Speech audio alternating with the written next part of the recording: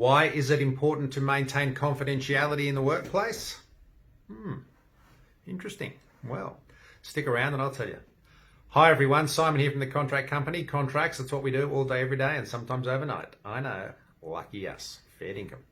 Righto, what's the issue here? Well, the issue is you want to maintain confidentiality in the workplace. Well, why, you say? All right.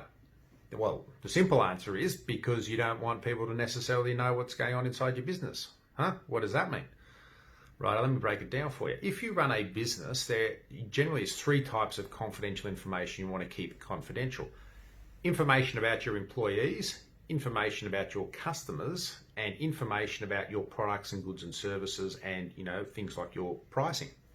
So they're the three main categories, and that's why it's really important if you run a business to make sure that all your employees sign up to confidentiality clauses in their employment agreements so that they're bound by these obligations of confidence, meaning that those employees can't go and disclose any of those categories of information. So they can't talk about, information they find out about other employees.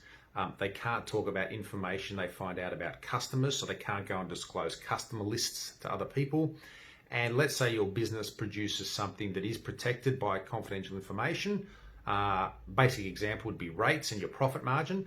You don't want your employees running off and telling your competitors or other people what your profit margins are and things like that, or maybe things like where you source your goods or who your manufacturer is of goods.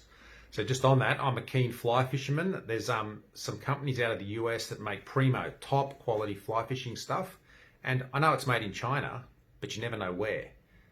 And that's a good thing because that manufacturer is trying to stop people going direct to that supplier of the fishing gear is trying to stop you going direct to the manufacturer in China and cutting them out and just buying your goods direct from them. So that's a good example as to why you want your confidentiality protected, why you need to ensure that your employment agreements cover it, and why you also need to school up your employees as to what they can and can't say when dealing with members of the general public and with each other. So that's why you want to maintain confidentiality in the workplace. I hope that helps. If you have any questions or queries, please feel free to get in touch. 1-800-355-455 or simon@contractcompany.com.au. Thanks very much.